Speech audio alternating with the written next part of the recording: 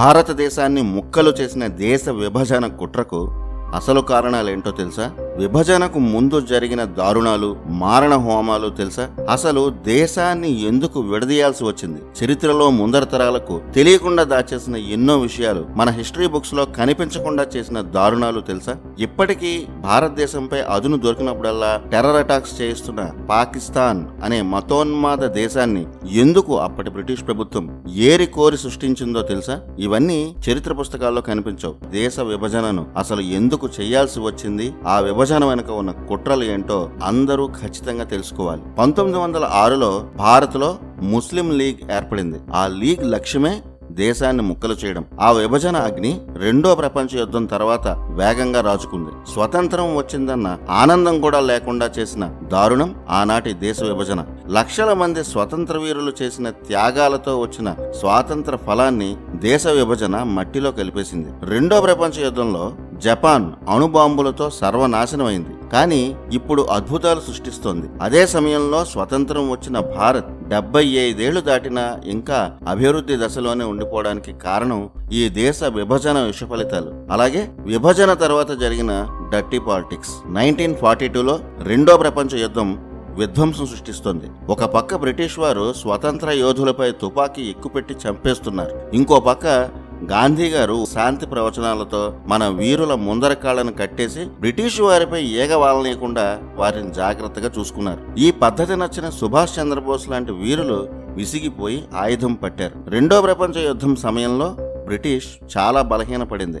భారతీయ సైన్యాలు తిరగబడితే ఎదిరించే స్థితిలో బ్రిటిష్ లేదు. స్వాతంత్రం కోసం యువత ఉద్యమాలు ఉధృతమయ్యాయి. దేశమంతా నేతాజీ జై హింద్ నినాదం వినిపించింది. గాంధీ ఇమేజ్ తగ్గుతోంది. ఆయన శాంతి ప్రవచనాలు వినే పరిస్థితుల్లో అప్పటి నవతరం లేదు. ఇక తప్పనిసరి పరిస్థితుల్లో ఎప్పుడో మొదలు పెట్టాల్సిన క్విట్ ఇండియా ఉద్యమాన్ని 1942లో గాంధీ గారు మొదలు పెట్టాల్సి వచ్చింది. ఆ ఉద్యమం ఉధృతంగా సాగింది. గాంధీ ఊహించనంతగా ఈ ఉద్యమం ఆనాటి యువత చేతుల్లోకి వెళ్లిపోయింది. ఇది ఇలాగే కొనసాగితే బ్రిటిష్ స్వతంత్రం ఇచ్చేస్తే తమకు ప్రత్యేక దేశం రాదేమో అన్న భయం జిన్నాను పట్టుకుంది. మహ్మద్ అలీ జిన్నా దేశాన్ని ముక్కలు చేసి విధ్వంసం సృష్టించిన ఈ మత ఛాందసవాది 1876లో కరాచీలో జన్మించాడు. తాత ముత్తాతల మూలాలు హిందూ మతానికి చెందినవే. అతని మాతృభాష గుజరాతీ. చివరి వరకు కూడా ఇతనికి ఉర్దూ, అరబిక్ 2 భాషలు రావు. పాకిస్తాన్కి ఉర్దూనే జాతీయ భాషగా ఉండాలని జిన్నా అనౌన్స్ చేసింది కూడా ఇంగ్లీష్లోనే.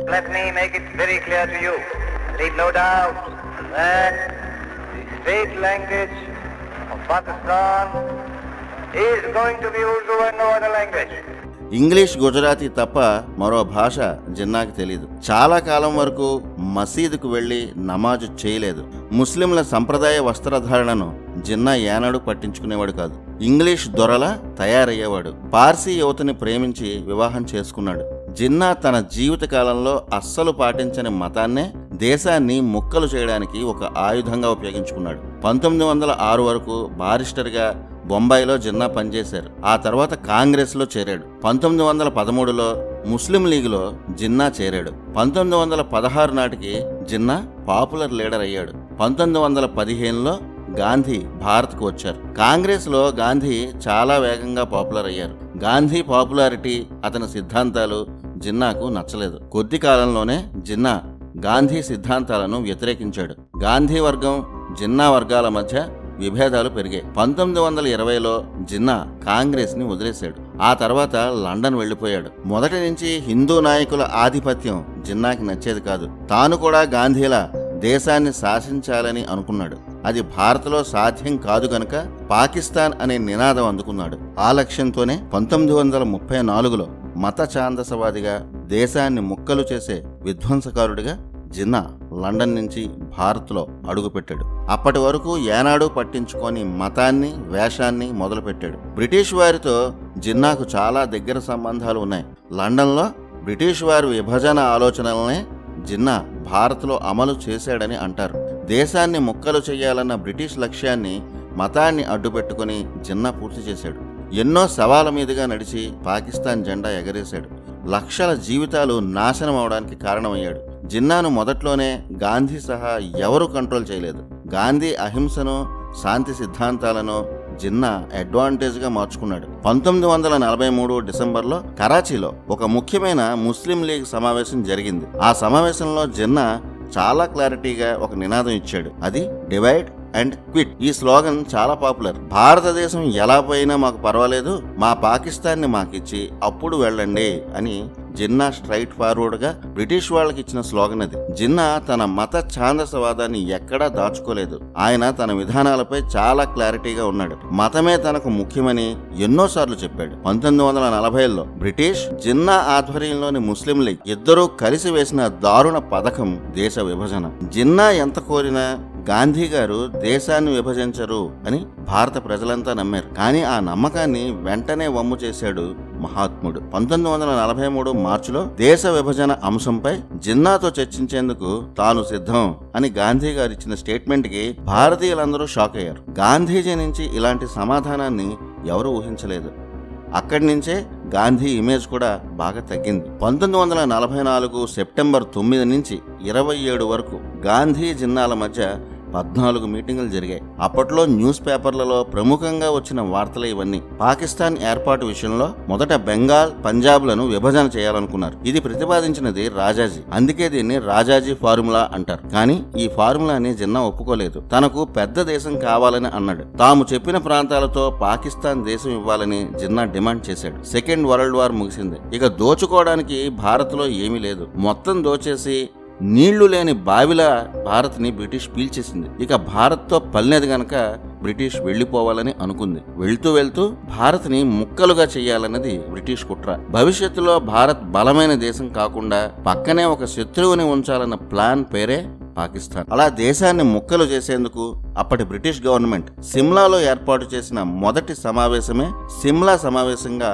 ప్రఖ్యాతి చెందింది. 1945 జూన్ 14న ఈ సమావేశంలో దేశాన్ని ముక్కలు చేసే కుట్రకు పునాది పడింది. చాలా చర్చల తర్వాత దేశ విభజన చేయాల్సి వస్తే సుభిక్షమైన పంజాబ్, బెంగాల్లోని ముస్లిం జనాభా ఉన్న ప్రాంతాలను విభజించాలని బ్రిటిష్ కేబినెట్ నిర్ణయించింది. తన చేతికి మట్టి అంటకుండా బ్రిటిష్ గవర్నమెంట్ భారత్కి ఇచ్చిన ఆఫర్ డొమినియన్ గవర్నమెంట్, అంటే బ్రిటిష్ గవర్నమెంట్ కనుసన్నల్లో భారతీయులతో ఒక తాత్కాలిక ప్రభుత్వాన్ని ఏర్పాటు చేయించింది. ఇందుకు ఒక కేబినెట్ మిషన్ ని బ్రిటిష్ ప్రభుత్వం ఏర్పాటు చేసింది. పాకిస్తాన్ అనే దేశం ఏర్పాటు భారతీయుల ఇష్ట ప్రకారమే జరిగింది తప్ప తమదేం లేదని తప్పించుకునేందుకు బ్రిటిష్ చేసిన కుట్రల్లో భాగమే ఈ కేబినెట్ మిషన్. దేశ విభజన దుర్మార్గాన్ని నడిపించేందుకు బ్రిటిష్ కేబినెట్ మిషన్ టీం 1946 మార్చి 24న ఢిల్లీలో మీటింగ్ పెట్టింది. కేబినెట్ మిషన్ లో ముఖ్య సభ్యులుగా లారెన్స్, స్టాఫర్డ్ క్రిప్స్, అలెగ్జాండర్ వచ్చారు. కేబినెట్ మిషన్ ప్రకారం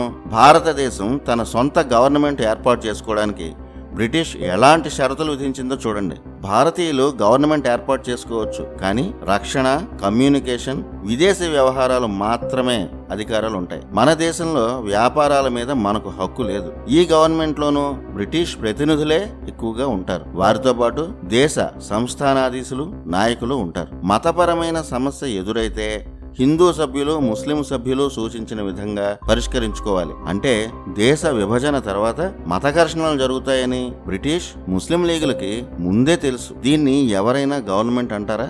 ఇలాంటి నామమాత్రపు ప్రభుత్వానికి కేబినెట్ మిషన్ అనుమతి ఇచ్చింది. ఎలాంటి అధికారాలు లేని ఈ నామమాత్రపు తాత్కాలిక ప్రభుత్వంలో కూడా 292 మంది బ్రిటిష్ సభ్యులే ఉండేవారు. సంస్థానాల నుంచి 93 మంది రాజులు ఉండేవారు. బ్రిటిష్ ఇండియా సభ్యుల్లో 210 మంది హిందువులు, ముస్లింలు 78 మంది ఉండేవారు. ఈ తాత్కాలిక ప్రభుత్వంలో ఇంకొంతమంది ముస్లింలను నామినేట్ చేసే హక్కు కాంగ్రెస్ కి ఉంది అని అప్పటి వైస్రాయ్ వెవెల్ చెప్పాడు. అంటే కేబినెట్ మిషన్ లో ఎంత ఎక్కువ మంది ముస్లింలు ఉంటే దేశ విభజన అంత సులువుగా అవుతుంది అని బ్రిటిష్ ఉద్దేశం. దేశ విభజన వెనుక ఇన్ని కుట్రలు జరిగాయి. దేశ విభజనలో గాంధీ గారితో పాటు నెహ్రూ గారిని కూడా చాలా మంది విమర్శిస్తారు. కానీ ఏ విషయంలో ఎలా ఉన్నా దేశ విభజనను నెహ్రూ మొదట్లో చాలా వ్యతిరేకించారు. 1946 సెప్టెంబర్ 2న నెహ్రూ అధ్యక్షుడిగా తాత్కాలిక ప్రభుత్వం ఏర్పాటైంది. హోంశాఖను పటేల్కి ఇచ్చారు. నెహ్రూ నాయకత్వాన్ని, పటేల్కి హోంశాఖను ఇవ్వడాన్ని ముస్లిం లీగ్ అంగీకరించలేదు. పటేల్ చేతిలో హోంశాఖ ఉంటే ముస్లిం లీగ్ ఆటలు సాగవు కదా, అందుకే భయం. అందుకే 1946 డిసెంబర్ 9న ఏర్పాటైన మొదటి రాజ్యాంగ సభను ముస్లిం లీగ్ బహిష్కరించింది.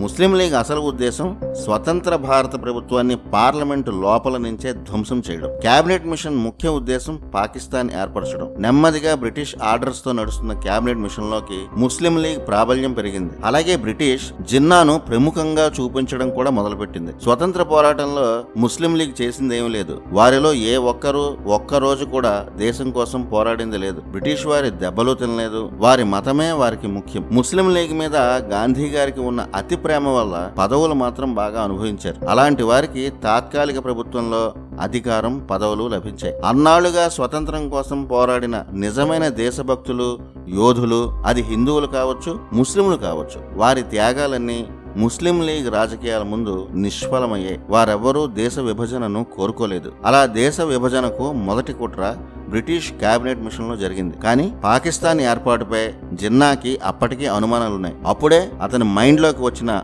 అతి దారుణమైన ఉన్మాద ఆలోచన డైరెక్ట్ యాక్షన్. ఇప్పటికీ ఈ మాట వింటే కలకత్తాలో ఆ తరం హిందువులు వణికిపోతారు. అప్పట్లో ముస్లిం జనాభా ఎక్కువగా ఉండే బెంగాల్లో ముస్లిం లీగ్ అధికారంలో ఉంది. అదే అదనుగా ముస్లిం లీగ్ అరాచకాలు మొదలుపెట్టింది. ఆనాడు జిన్నా ఆధ్వర్యంలోని ముస్లిం లీగ్ చేసిన హింసను హిట్లర్ యూదులపై చేసిన హింసతో తప్ప దేనితోనూ పోల్చలేం. 1946 జూలై 16 అంటే స్వతంత్రం రావడానికి సరిగ్గా ఏడాది ముందు బొంబాయిలో ముస్లిం లీగ్ సమావేశమైంది. అక్కడ చేసిన ఉన్మాద తీర్మానమే డైరెక్ట్ యాక్షన్. దీని అర్థం ఏమిటంటే తమ లక్ష్యం నెరవేర్చుకోవడానికి ఎలాంటి పవర్నైనా ఉపయోగించే ప్రత్యక్ష చర్య. అంటే మారణకాండకు విధ్వంస ఆయుధమే ఈ డైరెక్ట్ యాక్షన్. ముస్లిం లీగ్ తీర్మానించిన ఈ డైరెక్ట్ యాక్షన్ లో ఎలాంటి రూల్స్ లేవు. ఎవరిష్టం వచ్చినట్టు వారు చేయవచ్చు. తమ డైరెక్ట్ యాక్షన్ కోసం ముస్లిం లీగ్ ఎంచుకున్న మొదటి నగరం కలకత్తా. బెంగాల్ రాష్ట్రంలో ముస్లింలు ఎక్కువ. కానీ బెంగాల్ రాజధాని కలకత్తాలో 1946 నాటికి హిందువులు 60% పైనే ఉండేవారు. ఆ నగర అభివృద్ధిలో మేజర్ పార్ట్ హిందువులదే.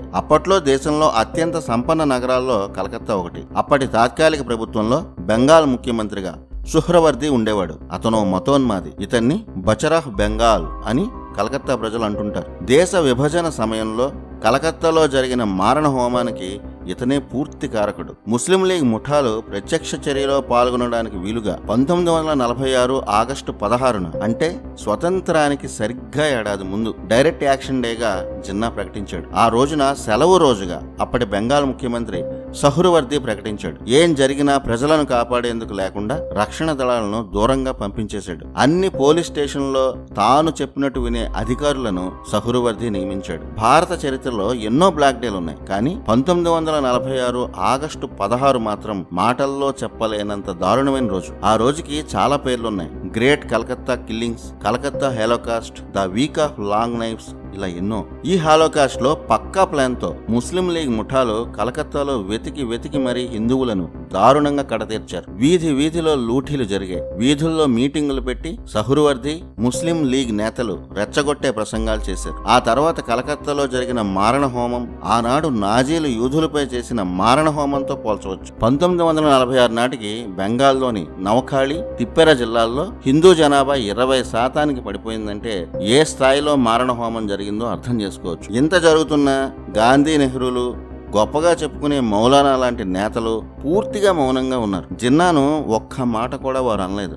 ఆనాడు గాంధీ, నెహ్రూల మౌనం ఒక చారిత్రక విషాదం. ఆ విషాదాన్ని కలకత్తా ప్రజలు ఇప్పటికీ గుర్తు చేసుకుంటారు. ఈ డైరెక్ట్ యాక్షన్ జరుగుతున్నంతసేపు దేశంలో ప్రముఖ నాయకులు ఎవరు ఆపే ప్రయత్నం కూడా చేయలేదు. కనీసం బాధితులను పరామర్శించలేదు. అంతా అయిపోయాక తీరిగ్గా గాంధీతో సహా ఒక్కొక్కరు బయటకు వచ్చారు. 1946 ఆగస్టు 16 నుంచి హిందువులపై ఈ దారుణాలు జరుగుతుంటే విధ్వంసం అంతా పూర్తిగా అయిపోయాక ముస్లిం లీగ్ నేతల లక్ష్యాలు నెరవేరాక వేల హత్యలు జరిగాక అప్పుడు గాంధీ గారు తీరుబడిగా నవంబర్లో అంటే 2 నెలల తర్వాత బయటకు వచ్చారు. నవంబర్ 6న నవఖాళికి వచ్చి శాంతి పాఠాలు, ప్రవచనాలు చెప్పారు. అప్పటికే జరగాల్సిన దానికన్నా ఎక్కువ ఘోరాలే జరిగాయి. ఈ ఘోరాలపై కూడా గాంధీ మౌనంగానే ఉన్నారు. ఈయన గారి శాంతి ప్రవచనాలు విని మారిపోవడానికి అక్కడ మనుషులు ఎవరు లేరు. అంతా మతోన్మాదమే. ఇటు బీహార్లోని దారుణాలు మొదలయ్యాయి. స్వతంత్రానికి ముందు దేశంలో జరిగిన ఈ దారుణాల గురించి ఎంతమందికి తెలుసు? ఇది జరుగుతుండగానే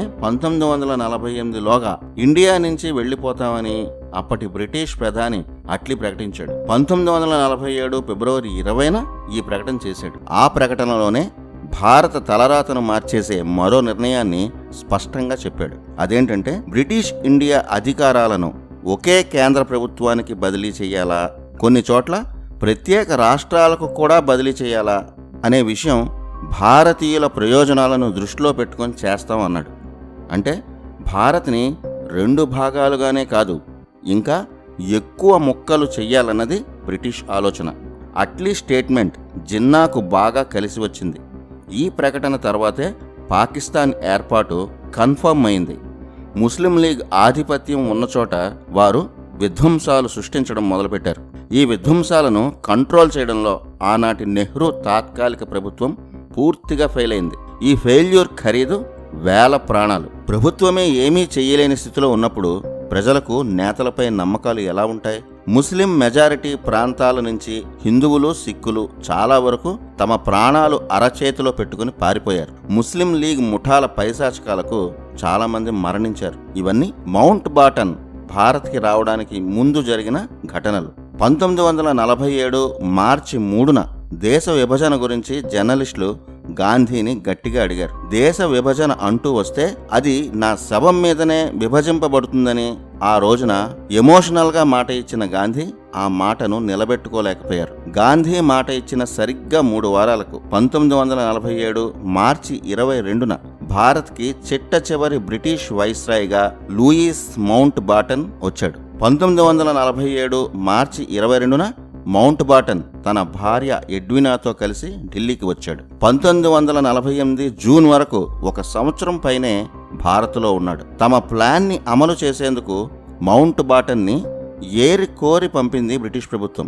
భారత స్వతంత్రానికి 6 నెలల ముందు మౌంట్ బాటన్ దంపతులు ఒక హాలిడే ట్రిప్కి వచ్చినట్టు ఇండియాకి వచ్చారు. దేశాన్ని ముక్కలు చేసి లక్షల జీవితాలు సర్వనాశనం అవడానికి మౌంట్ బాటన్ కారణమయ్యాడు. విభజన కాలమంతా అతను జిన్నా ఏజెంట్లా పనిచేశాడు. 2వ ప్రపంచ యుద్ధంలో ఆగ్నేయ ఆసియాలో మిత్ర దేశాల సైన్యాలకు సుప్రీం కమాండర్గా, వైస్ అడ్మిరల్గా మౌంట్ బాటన్ పనిచేశాడు. బ్రిటిష్ రాజకుటుంబంలోనే లూయిస్ మౌంట్ బాటన్ పుట్టాడు. అణువున జాత్యాహంకారం ఉన్నవాడు. తన హిందూ వ్యతిరేకతను బాటన్ ఎక్కడా బయటపడకుండా జాగ్రత్త పడ్డాడు. వీటిని మించి తిమ్మిని బమ్మిని చేయగల తెలివితేటలు ఉన్నవాడు.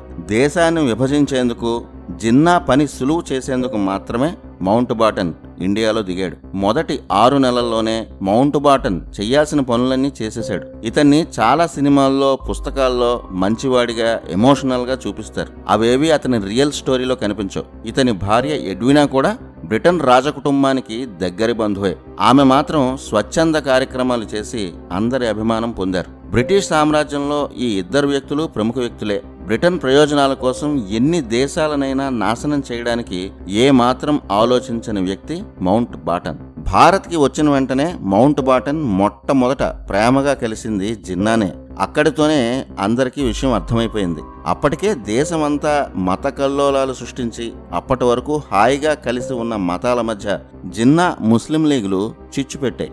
పాకిస్తాన్ ఇవ్వకపోతే జిన్నా దేశాన్ని ఎక్కడ నాశనం చేస్తాడో అని ఉక్కు మనిషి పటేల్, నెహ్రూ లాంటి వారు కూడా నిస్సహాయంగా ఉండిపోయిన సమయం. గాంధీ గారైతే విభజన సమయంలో పూర్తిగా మౌనవ్రతం పాటించారు. మిగిలిన నేతలు సరే. ఇలాంటి సమయంలో 1947 ఏప్రిల్ 7, 8 తేదీల్లో జిన్నా మౌంట్ బాటన్ని కలిశాడు. పంజాబ్, బెంగాల్లను విభజించి పాకిస్తాన్ దేశం ఇవ్వాలన్న ప్రపోజల్కి జిన్నాను మౌంట్ బాటన్ ఒప్పించాడు. ఆ రోజున మౌంట్ బాటన్, జిన్నాల మధ్య జరిగిన ఆ మీటింగ్ దేశాన్నే విచ్ఛిన్నం చేసింది, రక్త చరిత్రను రాసింది. జిన్నా అభిప్రాయాన్ని తీసుకున్న తర్వాతే మౌంట్ బాటన్ అందరితో మీటింగ్ పెట్టాడు. విభజన మాకు ఇష్టం లేదు అంటూనే, యునైటెడ్ ఇండియా కోసమే తాము ప్రయత్నిస్తున్నాం అని చెబుతూనే బ్రిటిష్ గవర్నమెంట్ పార్టిషన్ ప్రాసెస్ని ప్రీప్లాన్డ్గా ఎంత స్పీడ్గా చేసిందో ఈ వివరాల ద్వారా మీకే తెలుస్తుంది.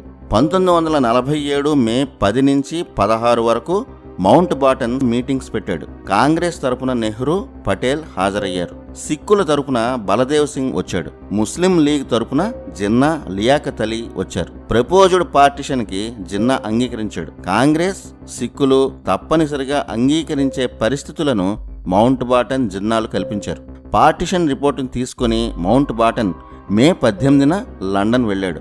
జస్ట్ 5 రోజుల్లోనే, అంటే మే 23న బ్రిటిష్ క్యాబినెట్ ఇండియా పార్టిషన్ని ఆమోదించేసింది. అంటే మన దేశాన్ని ఇంకెవడో బయట దేశం వాడు విభజిస్తూ ఉంటే చేతకాని వాళ్ళలా మన దేశం చూస్తూ కూర్చోవాల్సి వచ్చింది. ఇలాంటి సందర్భంలోనే సుభాష్ చంద్రబోసో భగత్ సింగో ఉంటే పరిస్థితులు వేరేలా ఉండేవేమో. బానిసత్వం ఎంత దారుణమో చెప్పేందుకు ఇంతకన్నా గొప్ప ఉదాహరణ ఇంకోటి అవసరం లేదు. బానిసత్వం మరణంతో సమానం. అలా దోచుకునే లక్ష్యంతోనే వచ్చిన బ్రిటిష్ దోపిడీ రాజ్యం తన రాజకీయాల కోసం మతోన్మాదాన్ని అడ్డుపెట్టుకుని జిన్నా ఈ ఇద్దరూ భారతదేశాన్ని ముక్కలు చేశారు. అఖండ భారతదేశాన్ని ఇండియా, వెస్ట్ పాకిస్తాన్, ఈస్ట్ పాకిస్తాన్గా 3 ముక్కలుగా చేశారు. ప్రపంచంలో ఎక్కడైనా ఒకే దేశాన్ని సంబంధం లేని 2 ప్రాంతాల్లో భాగాలుగా విడదీసిన సందర్భం ఎక్కడైనా ఉందా? అంత ఘోరంగా దేశాన్ని ముక్కలు చేశారు. చివరికి 1947 మే 23న అఫీషియల్ అనౌన్స్మెంట్ ఇలా ఉంది. బ్రిటన్ పార్లమెంట్లో అప్పటి బ్రిటిష్ ప్రధాని అట్లీ చేసిన ప్రకటన ఇది. అప్పటి వరకు భారత్లో ఉన్న రాజ్యాంగ సభ అలాగే నడుస్తుంది. అంటే నెహ్రూ ప్రధానిగా ఉన్న తాత్కాలిక ప్రభుత్వం అన్నమాట. ఆ ప్రభుత్వంలో చేరడం ఇష్టం లేని ప్రాంతాలు వేరే రాజ్యాంగ అసెంబ్లీలను ఏర్పాటు చేసుకోవచ్చని బ్రిటిష్ నిర్ణయించింది. అలాగే కొన్ని ప్రత్యేక ప్రాంతాల్లో రిఫరెండం అంటే ప్రాంతాల వారీగా మెజారిటీ ఓట్ల ద్వారా దేశ విభజన జరుగుతుందని బ్రిటిష్ ప్రభుత్వం నిర్ణయించింది. అలాగే హద్దులను తామే నిర్ణయిస్తామని 1941 జనాభా లెక్కల ప్రకారం విభజన జరుగుతుందని బ్రిటిష్ గవర్నమెంట్ భారత్ని విచ్ఛిన్నం చేసే నిర్ణయాలు తీసుకుంది. బ్రిటిష్ తీసుకున్న ఈ నిర్ణయాల ఫైల్తో మౌంట్ బాటన్ మే 31న భారత్కి తిరిగి వచ్చాడు. అదే సమయంలో గాంధీజీని మౌంట్ బాటన్ కలిశాడు. ఆ రోజు మౌనవ్రతమని తాను మాట్లాడలేనని చెప్పి గాంధీ మౌనం వహించారు. చాలా మందికి మింగుడు పడకపోయినా ఇది నిజం. లక్షల సంవత్సరాల చరిత్ర అఖండ భారతం సొంతం. ఈ భూమి మీద అత్యంత ప్రాచీన పురాతన నాగరికత, సంస్కృతి ఉన్న దేశం మంది. అలాంటి అఖండ భారతాన్ని జస్ట్ 1 నెలలో ముక్కలు చేసేశారు. మన సంస్కృతిని, చరిత్రను దోపిడీ రాజ్యం, విధ్వంస ముఠాలు నాశనం చేసేసాయి. 1947 జూన్ 2న భారతదేశ చరిత్రలో అతి పెద్ద దుర్దినం. ఆ రోజునే దేశ విభజనకు కాంగ్రెస్ వర్కింగ్ కమిటీ అంగీకరించింది. భారతదేశం 2 సార్వభౌమ దేశాలుగా విడిపోతుందని 1947 జూన్ 3న బ్రిటిష్ ప్రధాని అట్లీ లండన్లో ప్రకటించాడు. ఆ మర్నాడే అంటే 1947 జూన్ 4న మౌంట్ బాటన్ ఢిల్లీలో ప్రెస్ కాన్ఫరెన్స్ పెట్టాడు. 2 దేశాలకు 1947 ఆగస్టు 15న అధికారాల బదలాయింపు జరుగుతుందని బాటన్ చెప్పాడు. అంటే బ్రిటిష్ నుంచి విముక్తి. ఆగస్టు 15 అనే డేట్ని మనవాళ్లు నిర్ణయించలేదు. ప్రెస్ మీట్లో ఒక జర్నలిస్ట్ భారత్కి స్వతంత్రం ఏ డేట్ని ఇస్తారు అని మౌంట్ బాటన్ని అడిగితే అప్పటికప్పుడు 1 నిమిషం ఆలోచించి ఆగస్టు 15 అని చెప్పాడు. ఇంతకీ అదే డేట్ ఎందుకు చెప్పాడో తెలుసా? 2వ ప్రపంచ యుద్ధంలో మిత్ర దేశాలపై జపాన్ ఓడిపోయిన రోజుది. అమెరికా, బ్రిటన్ల ముందు జపాన్ తలదించుకుని నిలబడిన తేదీ 1945 ఆగస్టు 15. అంటే భారత్ నుంచి మేము వెళ్ళిపోతున్న జపాన్ని నాశనం చేసినట్టే భారత్ని నాశనం చేసి వెళ్తున్నాం అని ఎప్పటికీ గుర్తుండేలా మౌంట్ బాటన్ ఇండైరెక్ట్గా చెప్పిన డేట్ అది. అంత జాత్యాహంకారం ఉన్నవాడు బాటన్. ప్రతి సంవత్సరం స్వతంత్ర దినోత్సవంగా మనం సెలబ్రేట్ చేసుకునే ఆగస్టు 15వ రోజునే జపాన్పై తమ విక్టోరియస్ డేగా బ్రిటన్, అమెరికాలు వీజే డే అంటే విక్టరీ ఆన్ జపాన్ డేగా సెలబ్రేట్ చేసుకుంటాయని తెలుసా? స్వతంత్ర దినోత్సవాన్ని కూడా బ్రిటిష్ వారు ఎంపిక చేసిన డేట్తోనే మనం సెలబ్రేట్ చేసుకుంటున్నాం. ఇక ఆ తర్వాత దేశాన్ని ముక్కలు చేయడానికి లండన్ నుంచి వచ్చిన అతి పెద్ద అరాచకం సిరిల్ రాడ్క్లిఫ్. ఈ పేరుని చరిత్ర పుస్తకాల్లో అందరూ వినుంటారు. భారత్కి సరిహద్దు రేఖలు గీసేందుకు 1947 జూన్ 30న బౌండరీ కమిషన్లను మౌంట్ బాటన్ ప్రకటించాడు.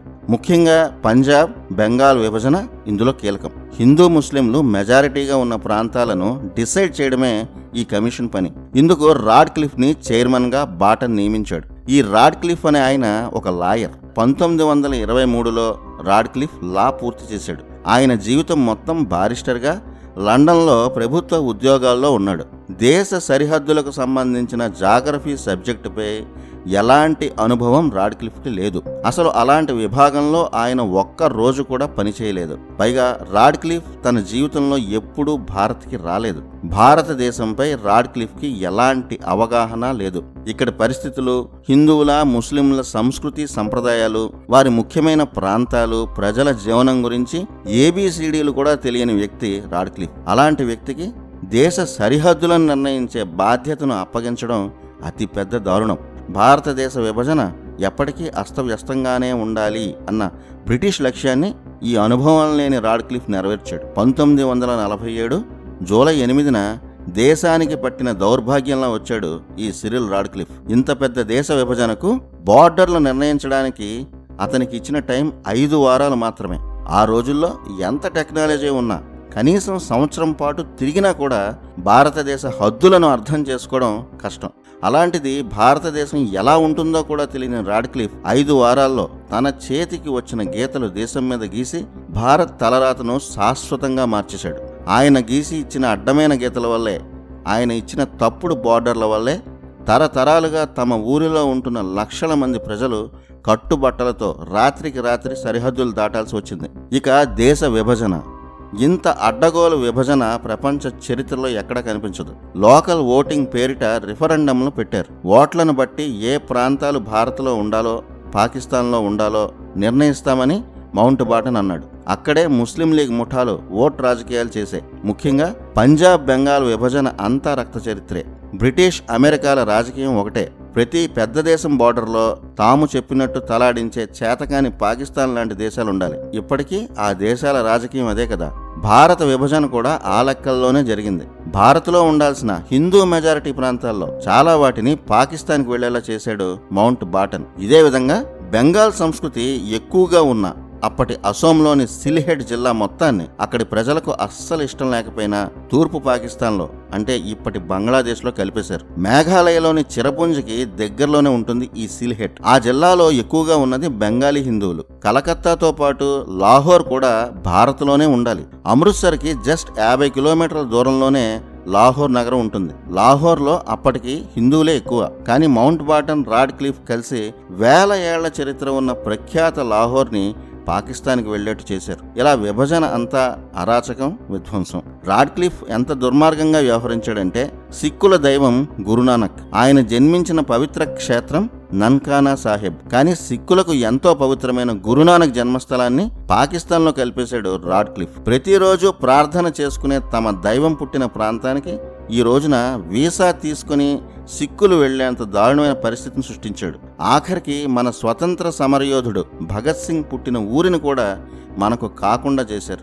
అలాగే హిందూ మెజారిటీ ఉన్న చాలా ప్రాంతాలను పాకిస్తాన్లో కలిపేసి మత ఘర్షణలకు కారణమైన వారు మౌంట్ బాటన్, రాడ్క్లిఫ్. ఆ తర్వాత కాలంలో ఓ ఇంటర్వ్యూలో రాడ్క్లిఫ్ ఇలా చెప్పాడు: 3-4 ఏళ్లలో చేయాల్సిన పనిని 5 వారాల్లో చేయమన్నారని, తప్పులు జరిగాయని తన చివరి రోజుల్లో రాడ్క్లిఫ్ చాలా పశ్చాత్తాపడ్డాడు. అంటే 5 వారాల్లో విభజన కాదని క్లియర్గా తెలిసినా దేశాన్ని ఇష్టం వచ్చినట్టు ముక్కలు చేయడమే లక్ష్యంగా పార్టిషన్ని మౌంట్ బాటన్ నడిపించాడు. అప్పటికి కరాచీలో హిందువులే మెజారిటీ అయినా ఆ నగరాన్ని పాకిస్తాన్లో కలిపేసి అక్కడ హిందువుల మరణాలకు మౌంట్ బాటన్, రాడ్క్లిఫ్ ఇద్దరు కారణమయ్యారు. విభజన ఎంత అజ్ఞానంతో జరిగిందో అప్పటి వైస్రాయ్ సలహాదారు ఈ విభజనలో ప్రతి ఘట్టాన్ని ప్రత్యక్షంగా చూసిన విపి మీననే ఆ తర్వాత చెప్పారు. బెంగాల్ విభజనలో భాగంగా హిందువులు ఎక్కువగా ఉన్న ప్రాంతాలను కావాలనే తూర్పు పాకిస్తాన్లో కలిపేశారని ఆయనే చెప్పారు.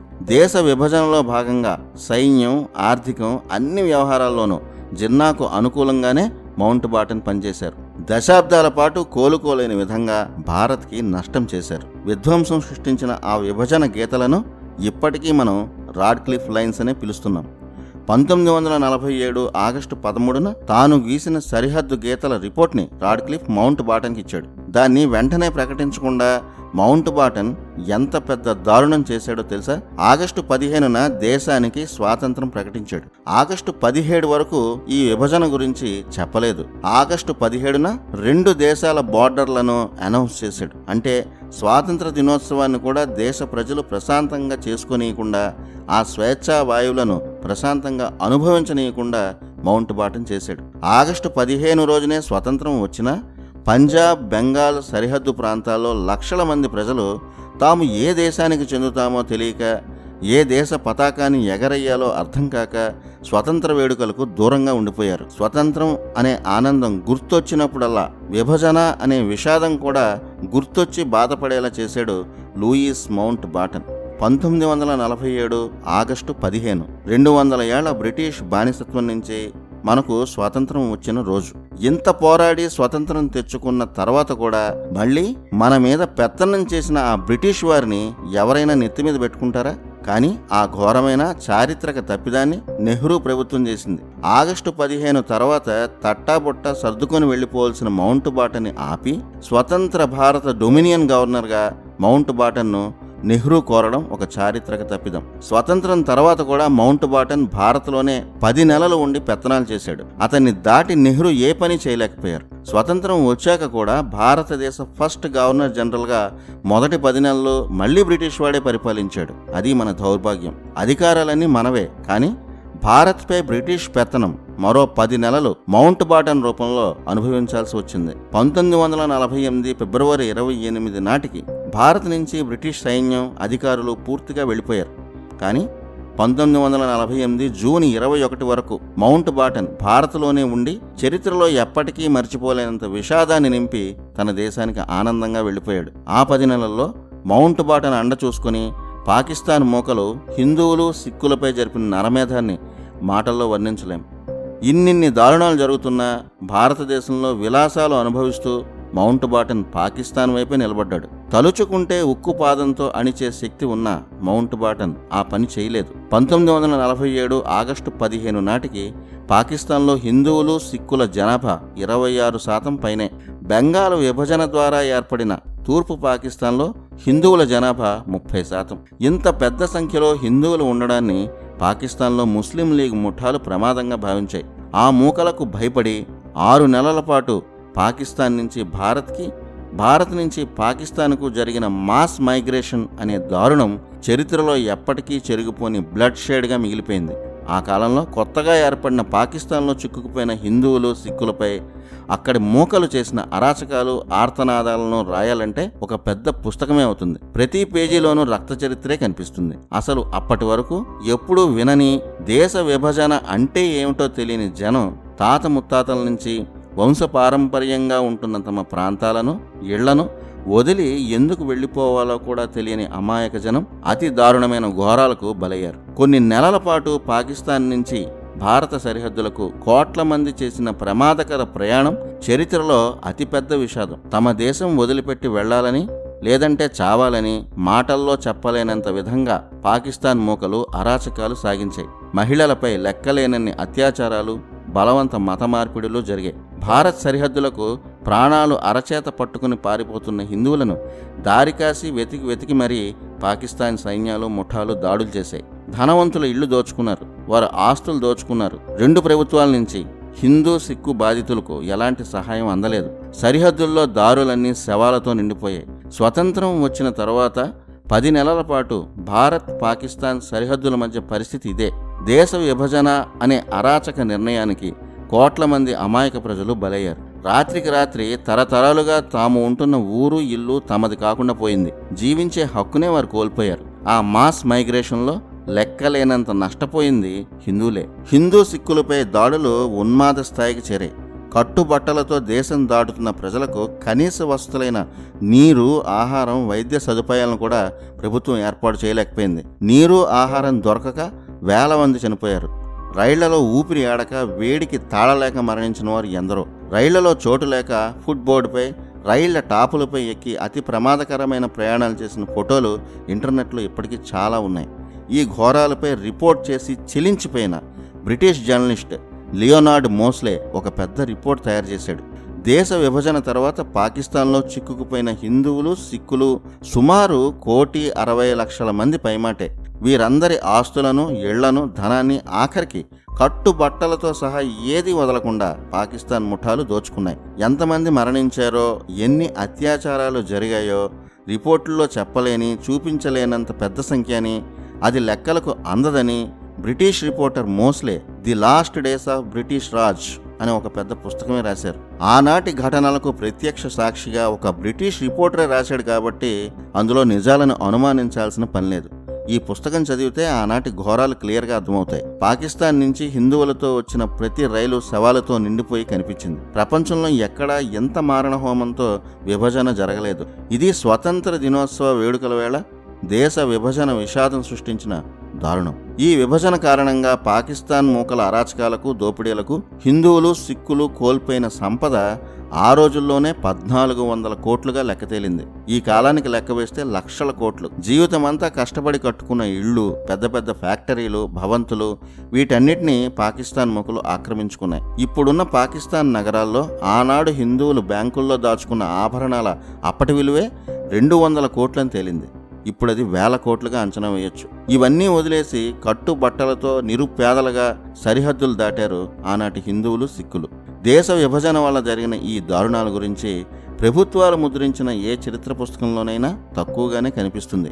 నిజాలు రాస్తే ఆ తరం నాయకుల పరువు పోతుంది కదా, అందుకే ఆనాటి తీవ్రతను తగ్గించి చూపించారు.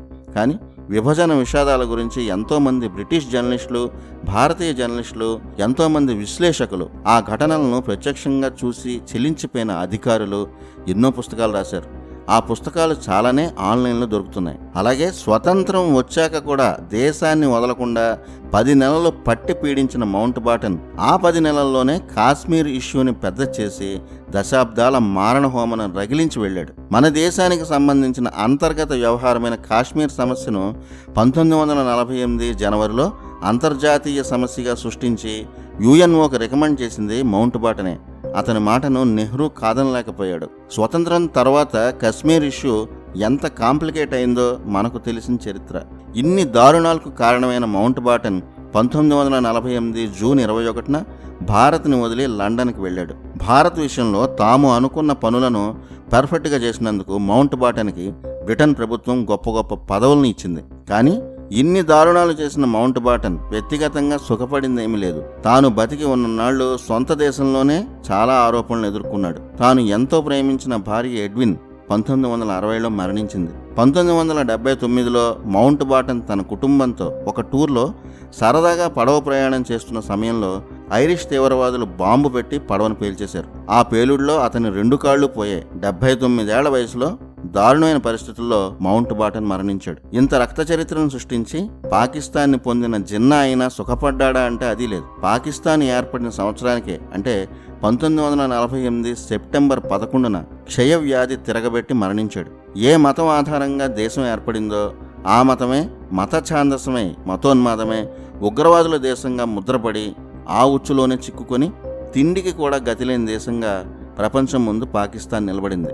ఇది ఎప్పటికీ మానని గాయాలను మిగిల్చిన దేశ విభజన వెనుక జరిగిన అసలైన చరిత్ర. జై హింద్.